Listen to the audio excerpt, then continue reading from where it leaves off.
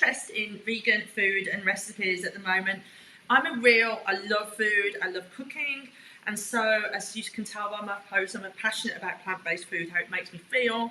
It's good for the environment, obviously good for animals, and I think more and more of us are trying to eat, even if we eat meat or fish, a little less and a bit more veg. So I like cheats, and I like things that are quick and tasty. I don't want to be messing about.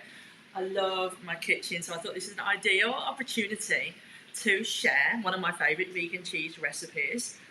My favourite vegan cheese recipe. I'm not so keen on the shop bought stuff. Some of it's okay, but you know, it's not the best. And I thought I'd model myself on Keith Floyd. It's not wine, this is hibiscus tea. Our times have changed. I'll be having the wine later, but I want to go and do some yoga in a bit because Cassie's out, so you know, I really don't want to just have a sleep. Okay, so where do we start? This is cashew cheese, and this is a soft cheese. A soft cheese that will have, for me, you can add what you want to afterwards, but this is the base cheese. I'm going to show you how to make it, and I will post the recipe afterwards. It's really, really simple, and I'm a queen of substitutions as well. So if you don't have anything, you can there's some things that are essential and some things you can substitute. So you need a NutriBullet, or other blenders are available. So a fast blender. I'm not sure if you could use a normal food processor, it might still be grainy. So you really want one that, like a smoothie one, or something that makes it really, really fine. First ingredients are cashews. This is half a cup of cashews, and they've been soaked for 10 minutes. That's all. You can probably do it without soaking, but I always soak them, makes them soft. Pop that into the blender. Okay. Next is garlic. The recipe calls for garlic powder, but I prefer real garlic, so that goes in. You could put a teaspoon of garlic powder, but I'm not so keen. What's next? Apple cider vinegar. I think about just a splash, half a teaspoon. I'm not that precise, but obviously you can use measuring if you wish. A teaspoon of lemon. So really we want some acidic in here. You could use like bottled lemon, Jif lemon, if you have that in. I always keep some in just for emergencies. A bit more vinegar if you don't have lemon, or you could just use lemon instead of the vinegar. So a good squeeze of that. Again, not too precise for me. There's some recipes you need to be precise for, things like, you know, pastry and baking, but some things you could be a bit more free and easy. Teaspoon of salt. Obviously you could reduce the salt, but it is cheese, so it does need to have that savoury flavour. Nut, or nutritional yeast. This is the magic. You can't substitute this for anything. It smells not so good, but tastes amazing. It's like a nutty, cheesy yeast actors. I love Marmite and anything like this, full of B vitamins. So if you are plant-based, B's are the ones. The B12 is the one that we can sometimes be missing out on. So just eat this instead. If quarter of a cup of that straight in the pot. You can get this anywhere now. You can get it at supermarkets, online. Don't be without it. Next thing is water. Cup of water. Straight in. So you can see it's just one pot really. And corn flour. So you want corn flour. Again, you can probably use flour, but corn flour is better. Two teaspoons of this. And this will thicken it up. 1, 2.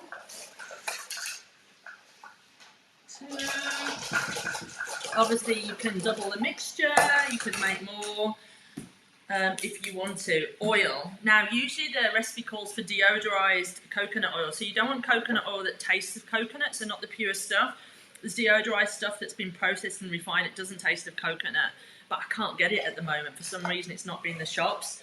So we're just using rapeseed. So any oil. If you use the coconut oil, you need to melt it anyway. So quarter of a cup of any oil. I'd say don't use extra virgin olive oil, also anything that's got a taste to it. So rapeseed is great because it's from the UK, so a bit more sustainable and actually full of omega-3s and things like that. Let me just double check the recipe.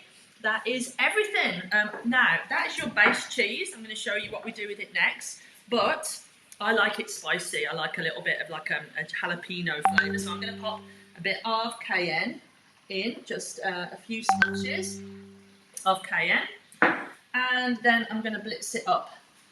So we pop the lid on and whiz away.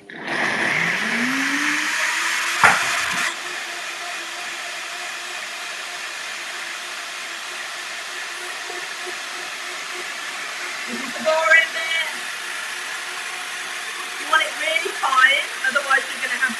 not. I mean, I'm not sure it would make that much of a difference, but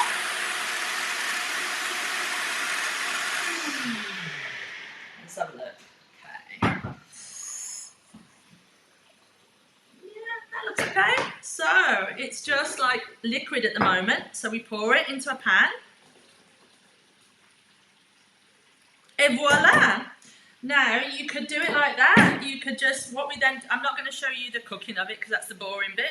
Basically and I don't have a stovetop here. Oh, maybe I'll put my little stovetop here for other demonstrations. Anyway, pop it on the stove, low heat, just keep stirring it. It'll start to bubble and obviously the corn flour will thicken it.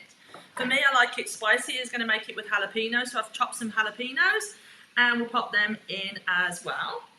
But you could just have it plain. When you've cooked it, it will go thicker. And then I've just prepared, I've cleaned a Kilner jar. So any jar, I'll pour it in, leave the lid off and let it go cold. And then we just pop this on, put it in the fridge.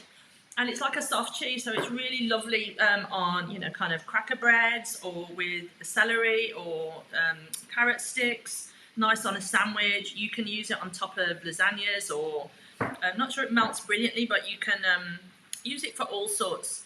So that's that. That's my vegan cheese recipe. I know that was quick, but I'll post a video. So hopefully I really just wanted to show you how easy it is to make. All these things can seem a little bit overwhelming, but if you've got the ingredients in, they're not, the main one that is probably what a lot of people wouldn't have is nutritional flakes. And again, really good to have. You can sprinkle them on top of your pasta, lasagna, any cheesy kind of flavour that you want. And that's it really, nice and simple. So leave me a comment. I hope you enjoyed, and I will maybe put a request for any other like quick and easy vegan recipes. I'm not saying that I'm an expert, but I do love cooking, and people seem to enjoy my food, so I'll be glad to share anything with you. Namaste. Let's have a look who's here. Okay, so I will share the recording later and hope to see you all soon. Take care.